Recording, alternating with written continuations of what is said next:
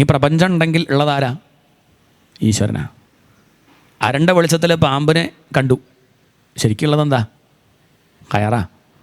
പാമ്പ് അവിടെ ഉണ്ടോ? ഇല്ല. ആ പാമ്പ് കാണാൻ കാരണം എന്തായിരുന്നു? കയർ അവിടെ ഉള്ളത് കൊണ്ടാണ്. ഈ പ്രപഞ്ചം അവിടെ ഉണ്ടോ? ഇല്ല. എന്താണ്? പ്രപഞ്ചം അരണ്ട വെളിച്ചായതുകൊണ്ടാണ്. അരണ്ട വെളിച്ചം എന്ന് പറഞ്ഞാൽ വേണ്ടത്ര അറിവില്ലാത്തത് കൊണ്ടാണ്.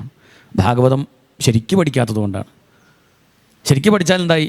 വെളിച്ചം വന്നു. വെളിച്ചം വന്നാൽ പിന്നെ ഉള്ളതെന്താ? മുല്ലമാലയായിരുന്നേ.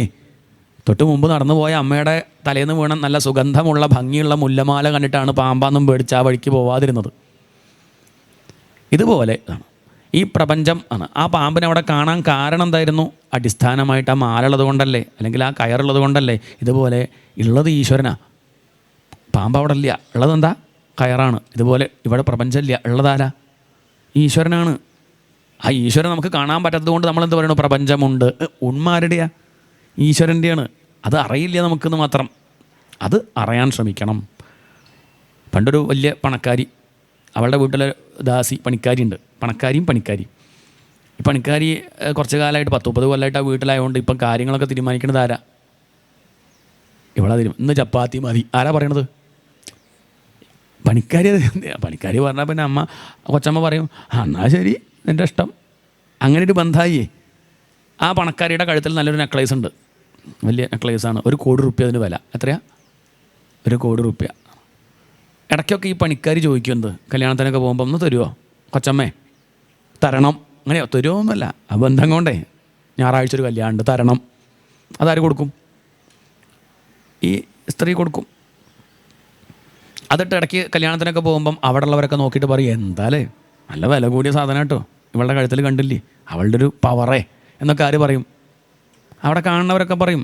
എന്നാൽ അപൂർവം ചിലർ എന്ത് പറയില്ല? ഇത് പറയില്ല. അവരിങ്ങനെ നോക്കും, നെക്ലേസ് നല്ലോണം നോക്കും. എന്നിട്ട് ഉള്ളിൽ പറയുന്നത് ഇത് മറ്റേ മേഡത്തിൻ്റെ അല്ലേ? ആരുടെ?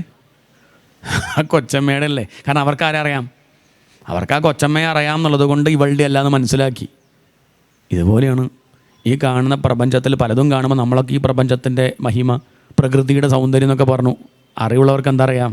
ഇതൊക്കെ ആ മഹാപ്രഭുവിൻ്റെ സൗന്ദര്യം ഭുവന സുന്ദര ശൃണ്വതാം തേ. അറിവുള്ള രുക്മിണിയെ പോലുള്ളവർക്കറിയാം ഈ ഭുവനത്തെ സുന്ദരമാക്കിയവനാരാ?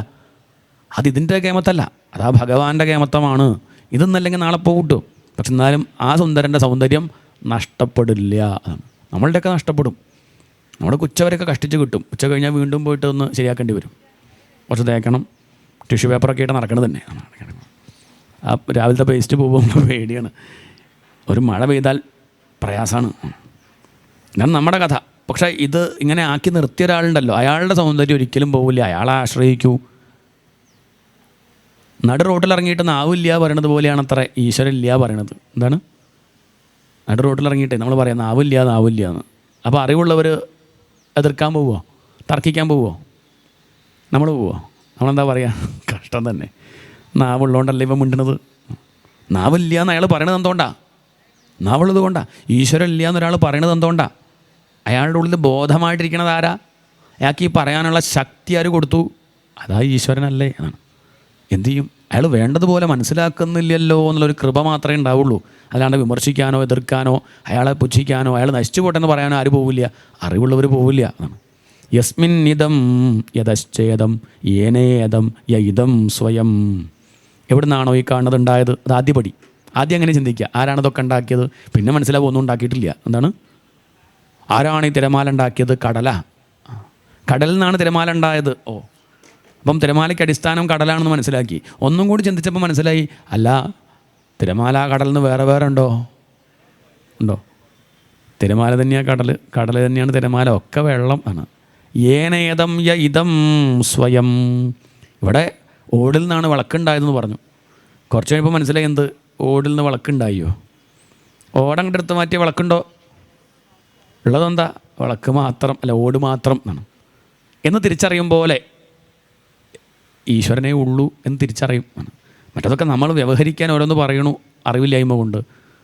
യസ്മിന്നിദം യതശ്ചേദം യേനേദം യൈദം സ്വയം യോസ്മാത് പരസ്മാച പരഃ തം പ്രപദ്യേ സ്വയംഭുവം. ആ പരമാത്മാവിനെ ഞാൻ എന്താ ആശ്രയിക്കുന്നു. ആ പരമാത്മാവിനെ നാവ് കൊണ്ട് പറയാനൊന്നും സാധിക്കില്ല കേട്ടോ. പക്ഷെ നാവിന് പലതും പറയാൻ പറ്റണത് ആ പരമാത്മാവുള്ളത് കൊണ്ടാണ്. നാവ് കൊണ്ട് ഈശ്വരനെ പറ്റി പറയാൻ പറ്റുമോ? അതുകൊണ്ടല്ലേ രാമകൃഷ്ണദേവൻ പറയും എച്ചിലാക്കാത്ത ഒരേ ഒരു വസ്തു അതേതാ?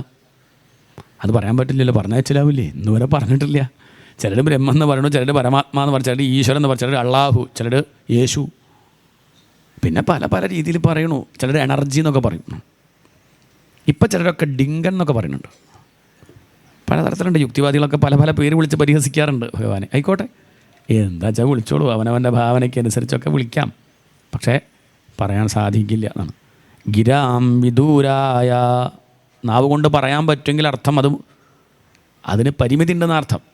നാവ് കൊണ്ട് പറയാൻ പറ്റണില്ല, കണ്ണുകൊണ്ട് കാണാൻ സാധിക്കില്ല എന്നാണ്. പക്ഷെ കണ്ണിന് കാണാൻ സാധിക്കുന്നത് ആ ഈശ്വരൻ ഉള്ളിലുള്ളത് കൊണ്ടാട്ടോ എന്നാണ്.